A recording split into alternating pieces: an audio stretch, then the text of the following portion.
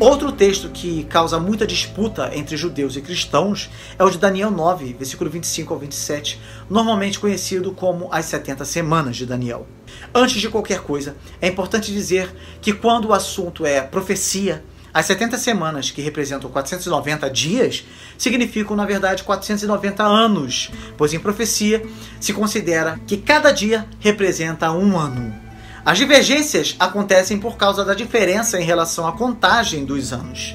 Isso vai ficar claro na medida em que formos analisando o texto. Sabe e entende, desde a saída da ordem para restaurar e para edificar a Jerusalém até o Messias, o príncipe, haverá 7 semanas e 62 semanas. As ruas e o muro se reedificarão, mas em tempos angustiosos. O texto é claro ao afirmar que a contagem destes anos começa desde a saída da ordem para restaurar e para edificar a Jerusalém. Os judeus vão dizer que há um problema histórico na análise feita pelos cristãos, pois eles começam a contagem numa data errada, e que a data correta seria o ano 538 a.C., com o decreto de Ciro.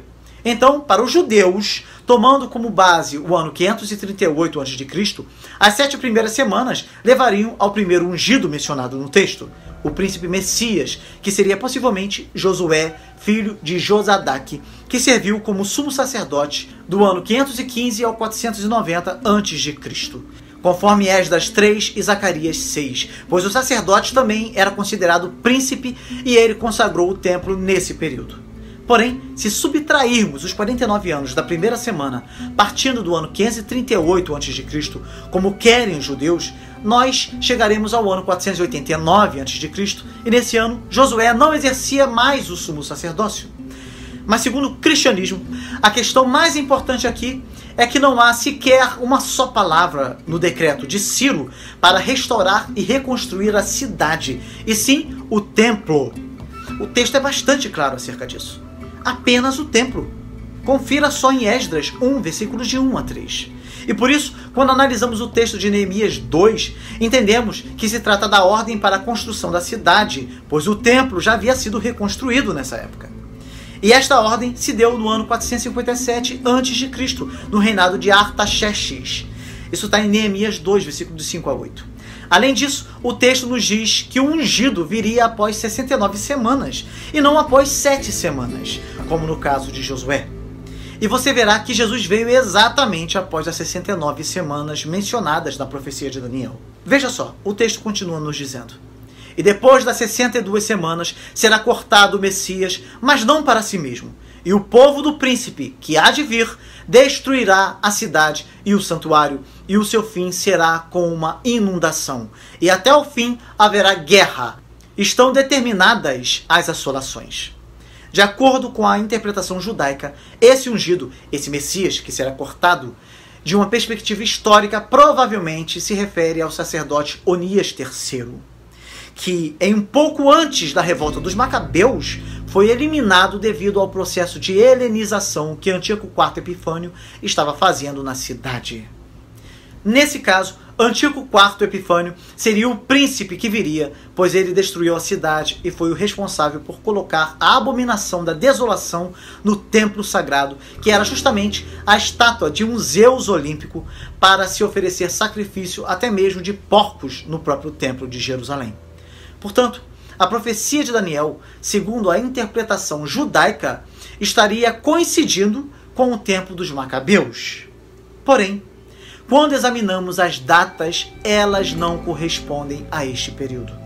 Partindo-se do decreto de Ciro, no ano 538, como eles querem, e subtraindo as 62 semanas, nós chegamos ao ano 104. E mesmo adicionando os 49 anos das 7 primeiras semanas, chegaríamos ao ano de 153 a.C. Porém, o sumo sacerdote Onias III foi deposto no ano 175 a.C.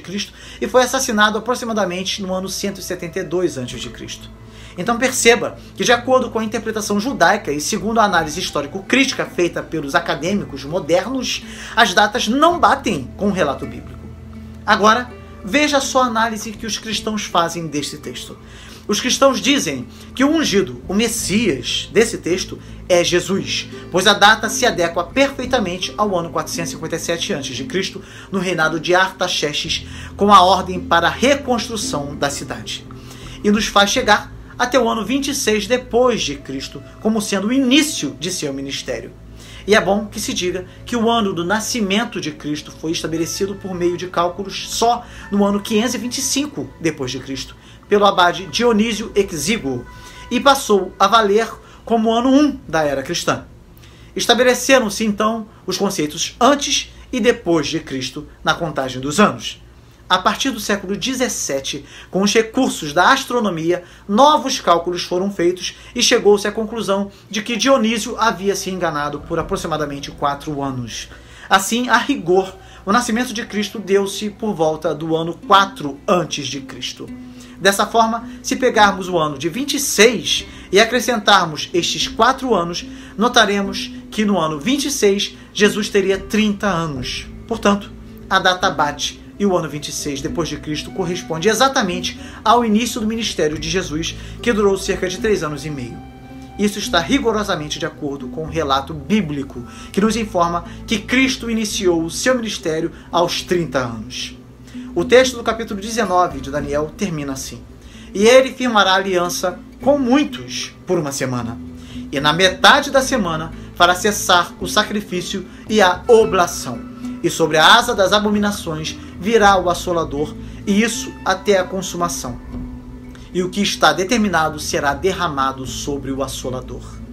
Durante 1 semana, ou seja, 7 anos, ele firmará uma aliança com muitos, e pelo tempo de meia semana, aproximadamente 3 anos e meio, ele fará cessar o sacrifício e a oblação. Os judeus dirão que essa aliança se refere aos acordos feitos por Antíoco IV Epifânio com vários povos ao redor de Judá a partir do ano 171 a.C., para que o processo de helenização fosse bem sucedido. E quando o texto diz que ele fará cessar o sacrifício e a oblação no templo, é justamente a partir do momento em que Antíoco IV Epifânio proíbe que se ofereça sacrifícios ao Deus de Israel e faz com que os sacrifícios sejam somente oferecidos ao Zeus Olímpico, que é a figura da abominação, da desolação considerada que ele colocou no templo. Essa é a interpretação judaica. Mas, como já vimos, a datação proposta pelos judeus não coincide com essa interpretação. Ademais, os cristãos dirão que o termo aliança é um dos principais termos usados no Antigo Testamento por Deus em relação aos patriarcas e não deveria ser proposto se referindo a um personagem como Antíoco IV Epifânio. A interpretação cristã considera que a aliança feita com muitos por 1 semana é a aliança feita por Jesus, no caso a nova aliança. Jesus fez firme aliança com muitos. Na metade da semana, que representa o fim de seus 3 anos e meio de ministério, Jesus foi morto, fazendo cessar assim o sacrifício e a oferta de manjares. E após a sua morte, por um período de 3 anos e meio, que marca o fim da 70ª semana, os apóstolos se focaram exclusivamente nos judeus, começando primeiro na Judéia, e depois o evangelho foi pregado em Samaria e até os confins da terra, e a perseguição fez com que isso acontecesse mais rapidamente, e o ministério de Paulo teve um papel decisivo na expansão do evangelho de Cristo. Os estudiosos também consideram que a destruição da cidade e do santuário e a abominação que causa desolação ocorrem no ano 70 depois de Cristo, através de Tito Vespasiano.